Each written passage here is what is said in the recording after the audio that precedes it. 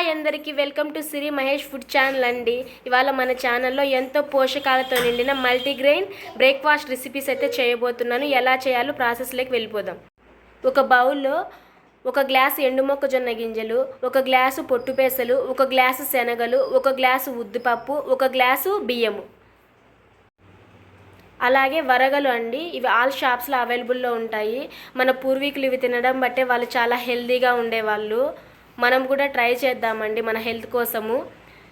So ఇలా ఉంటాయి ఇవి కూడా 1 గ్లాస్ అయితే తీసుకుంటున్నాను. అలాగే సామెలు మిల్లెట్స్ ఇవి కూడా 1 గ్లాస్ అయితే తీసుకుంటున్నానండి.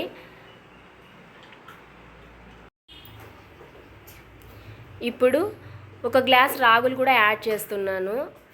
ఇప్పుడు కొర్రలండి, ఇవి కూడా 1 గ్లాస్ యాడ్ చేస్తున్నాను. మనకి 10 నుంచి 12 గంటలు అయితే నానబెట్టుకోవాలండి వీటన్నింటినీ, అప్పుడే బాగా అన్నీ సోక్ అవుతాయి. ఇవి మొక్కజొన్నలు చాలా గట్టిగా ఉంటాయి కదా, సో మనము రిమైనింగ్ తొందరగా నానినప్పటికీ మొక్కజొన్నలు కొంచెం టైం పడుతుంది కాబట్టి మనము పొద్దున్నేనే నానేసుకున్నామంటే ఒక 10 గంటలు అయితే మనకి సరిపోతాయి. ఈవినింగ్ అయితే బయట ఇచ్చేస్తే మేలండి, ఇంట్లో కంటే బయట గ్రైండ్ చేపిస్తే బాగుంటుంది. పిండి మిషన్లో బాగా వాష్ చేసి పెట్టుకొని 1 కప్పు రైస్ వేసి వాటర్ వేసి బాగా గ్రైండ్ చేయించుకున్న తర్వాత కొంచెం నైటే తీసి పక్కన పెట్టుకుంటే బాగా పొంగుతుందండి. దాంతో తెల్లవారి ఇలా పొంగింది, ఇంకా మనము పొద్దున్నే ఇలా కొంచెం సాల్ట్ కొంచెము సోడా పిండి వేసి బాగా కలిపేసుకొని మనం టిఫిన్స్ అయితే రెడీ చేసుకోవచ్చండి.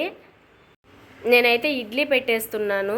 నైటే మనం కొంచెం పిండి తీసి పక్కన పెట్టుకున్నామంటే రిమైనింగ్ పిండి అంతా ఫ్రిడ్జ్లో పెట్టేసి కొంచెం మనకు పొద్దున్నేకి ఎంత కావాలో అంత తీసి బయట పెట్టుకుంటే బాగా పొంగుతుంది పిండి. మనకి ఇంట్లో కూడా గ్రైండ్ చేసుకోవచ్చు. బయట అయితే రైస్ మిల్లో వాళ్ళు ఇంకా బాగా ఆడిస్తారండి, బాగా మెత్తగా మనకి గ్రైండ్ చేసి ఇస్తారు. ఇందులోకి పల్లి చట్నీ ప్లస్ కారం అయితే వేపానండి. నెక్స్ట్ సెకండ్ డే వచ్చేసి దోశ వేశాను. అందులోకి శనక్కాయ పప్పులు, కొత్తిమీర, పచ్చిమిర్చి, చింతపండు, కొంచెం ఉప్పు ఇవంతా మొత్తము ఆయిల్లో ఫ్రై చేసుకొని నేను మిక్సీ పట్టుకున్నానండి. ఫైనల్గా ఆనియన్స్ అయితే కట్ చేసి వేశాను.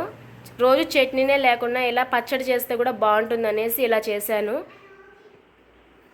మన ఆరోగ్యం మన చేతుల్లోనే ఉంటుందండి. కొంచెం ఓపిక తెచ్చుకొని ఇవన్నీ చేసి పెట్టుకుంటే పిల్లలు కానీ పెద్దలు కానీ అందరూ బాగా తింటారు. లేడీస్ ప్రాబ్లమ్స్ కూడా పీసీఓడి ప్రాబ్లం ఉండే వాళ్ళకి ప్లస్ థైరాయిడ్ ఉండే వాళ్ళకి చాలా మంచిది. కీళ్ళ నొప్పులు ఇలా మన హెల్త్ గురించే ఈ గ్రెయిన్స్ అన్నీ వేసుకొని మనము బ్రేక్ఫాస్ట్ అయితే తయారు చేసుకోవచ్చు. ప్లెయిన్ కాకుండా కొంచెం కారం వేశాను.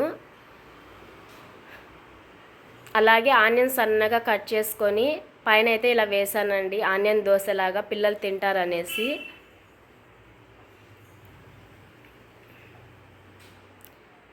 రాగులు తిన్న వాళ్ళకి రాగులు కూడా ఇందులో పడతాయి కాబట్టి ఐరన్ వస్తుంది రాగుల వల్ల.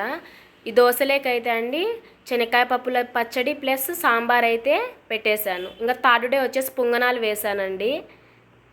బోరు కొట్టకుండా ఒక్కొక్క రోజు ఒక్కొక్క వెరైటీ అనమాట. ఇందులోకి పల్లి చట్నీ చేశాను. అంతేనండి, ఎంతో టేస్టీగా ఉండే రెసిపీస్ అయితే మీకు చూపించేశాను. మీరు కూడా రెడీ చేసి మీ పిల్లలకి పెట్టండి. నాకు మీ ఫీడ్బ్యాక్ అయితే ఇవ్వండి.